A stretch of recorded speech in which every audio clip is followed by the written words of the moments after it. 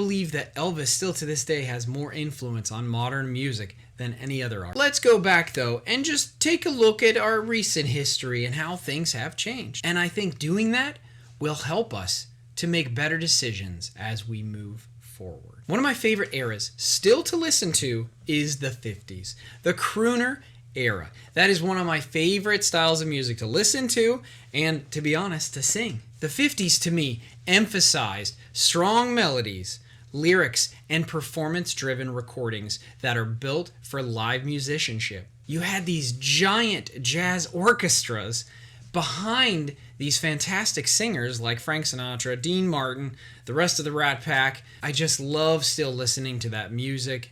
And you move forward just a little bit, and then you find Elvis, who brought with him a giant culture shift in America.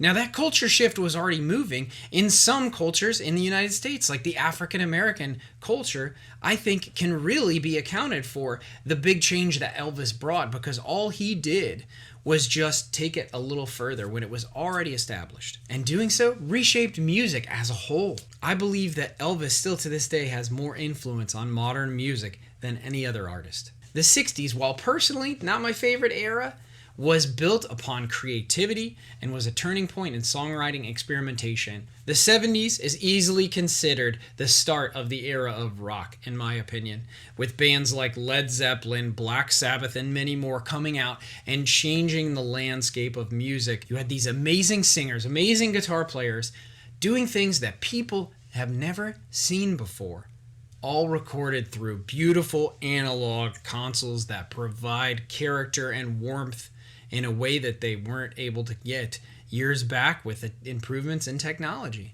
And speaking of technology, then came the 80s. The 80s introduced drum machines, synths, highly synthesized processing that reflected new technology and playback systems, and that changed how they made music. Then you had the 90s with the grunge era, and then in the 2000s, digital recording takes over. Being able to record digitally changed the game. It changed how you were able to edit.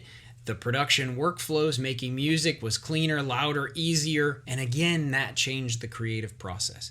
Because with new tools, that allows you to try new things and be creative in new ways.